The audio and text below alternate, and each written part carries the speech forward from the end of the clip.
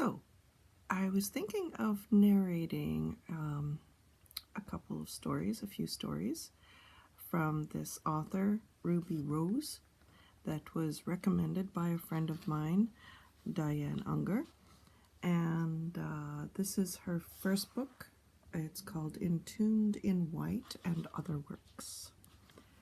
So the foreword of this one, it's in 1995. My story writing began in earnest while visiting my son in Alberta.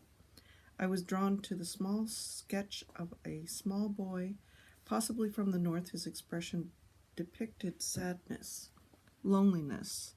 But upon inquiring, there was no story. I had my son sketch this small boy on a small piece of paper that I stashed in my purse, and I flew home to London, Ontario.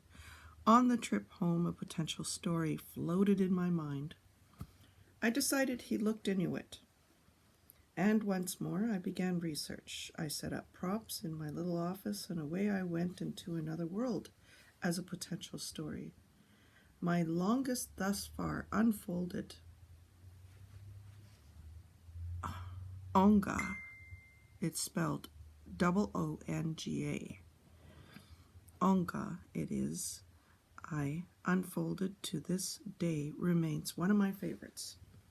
Potential stories tend to fall on my lap, and being an insomniac held me in good stead as I would work during the day, tend to my family, and write in the evenings to my heart's content. For the record, today I curse the insomnia and are working and remedying this state. I taught myself how to read by reading comics of all kinds. In fact, one of my favorite pastimes in the summer was pulling a wagon full of comics, and with one of my brothers, we took off down one road and up the other from house to house, calling out any comics to trade, and always hit the pay dirt. Finally, we headed back home again with a wagon full of treasures to the sight of our siblings, and to include my mom and dad watching out the window. They all had their favorites. I am a storyteller from way back, deriving from this joy from sitting on the floor with my siblings in a circle with my mother in the center, relating a yarn or two, amazing fodder to young minds, my audience of family.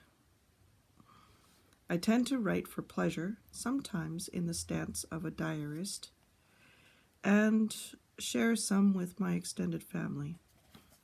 There are usually hidden messages, meanings in my writings of the past, depicting joys, sorrows, illnesses, even evil, to name a few.